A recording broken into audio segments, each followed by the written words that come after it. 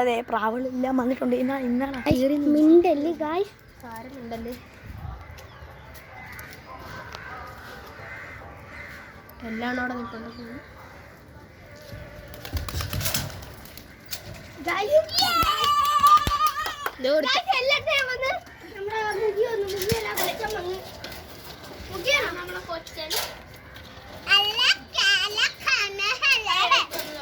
ഒരുത്തരം പിടിച്ചിട്ടുണ്ട്.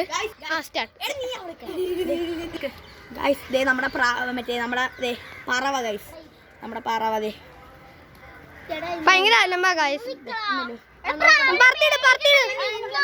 പറത്തിവിടാൻ പോവാൻ ഗായ്സ്. പറത്തിടാൻ പോവാൻ